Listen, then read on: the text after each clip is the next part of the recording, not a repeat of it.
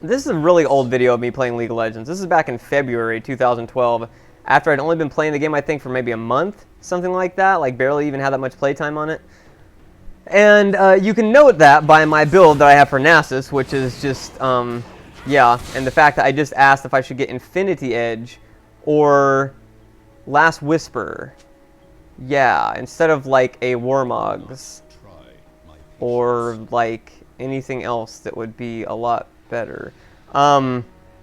But yeah, I've only been playing the game a little bit. Everybody on my team in this game actually, Crasher50, Rogue Alex Gamer, Sanctified, Har, I don't know how to pronounce your name, I'm sorry, are all viewers of mine. I forgot if the other team was viewers of mine, I'm not sure. But yeah, I'm putting this up because I recorded this like ages ago, and I meant to always put it up because of the epic stuff that happens near the end of the game here. And by epic, I mean ridiculously lucky, because look at how far behind we are in deaths and kills, not to mention how many deaths I have. A very normal 15 deaths, am I right?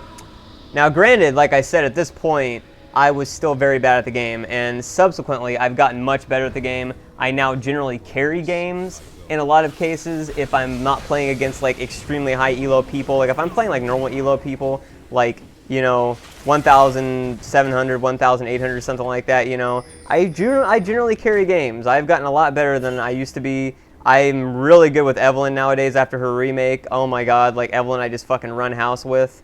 Jungling, Warwick jungling. I've gotten pretty decent at jungling, I think. And I play a whole different subset of characters now. I almost never play Nasus, which is kind of sad because thanks to Elise, I actually got a Riot Nasus skin. So that's pretty cool. But yeah, as you can see, this is a very old version of the game. There's definite differences in the interface and so forth. But we're going in on them here, and we actually destroyed the top turret. And this is what's bizarre about this game, is as you can see at the bottom there, we've only got a few turrets left. But yet we're managing to actually advance on them, even though they're super fed. They're super duper fed. I mean, look at that difference in kills. And I'm going to tell you right now, it only gets worse. It only gets much, much, much worse. So, you know, yeah.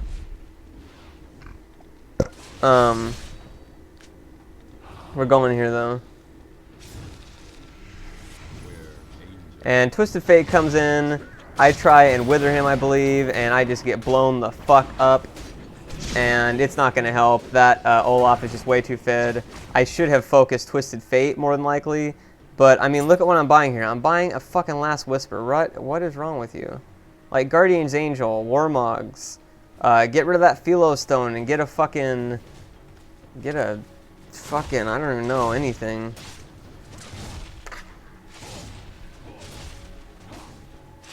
Yeah, I mean, it's just, you know. Yeah, of course, I didn't even take into account that, like, Twisted Fate's on the other team. And I think there's a few other mages on the other team, and yet I'm getting, like, Ninja Tabi. Well, okay. That was a good thing for Nasus to get back in this build, because Dodge was still in the game. So, okay, I forgot about that. Dodge was still in the game.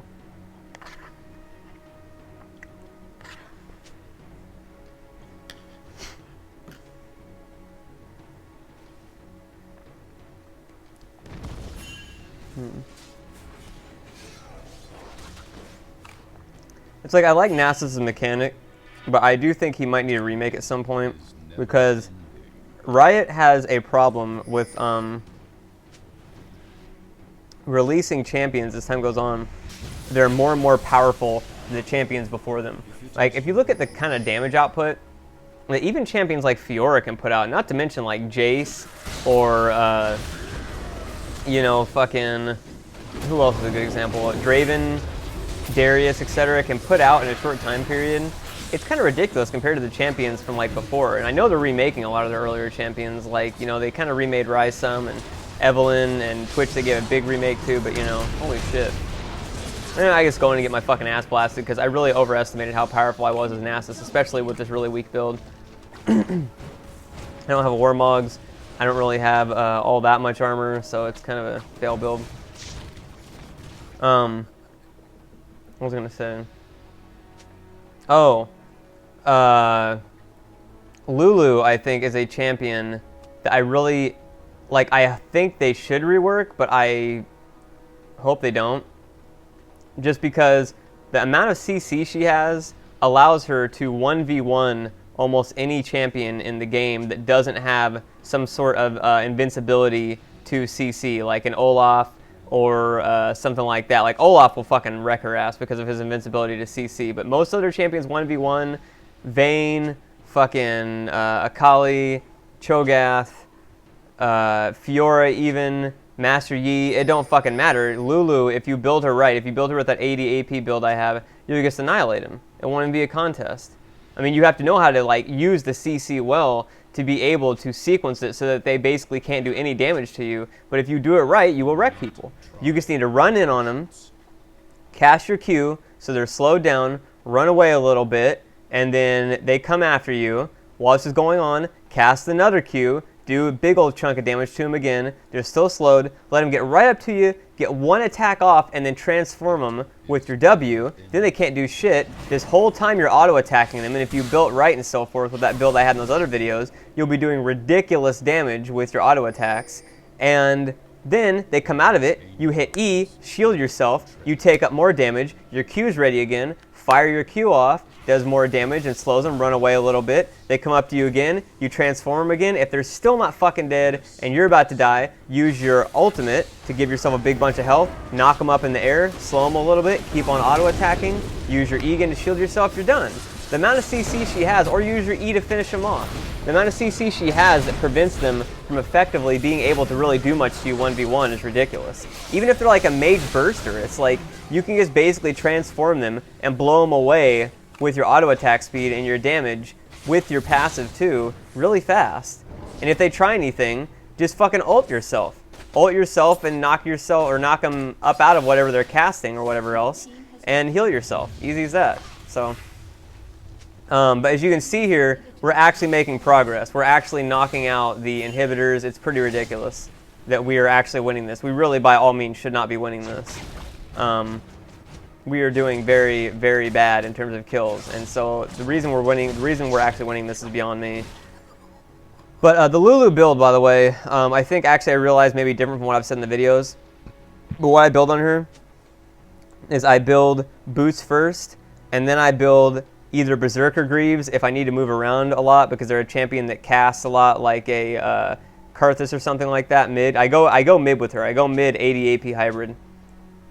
If they move around a lot.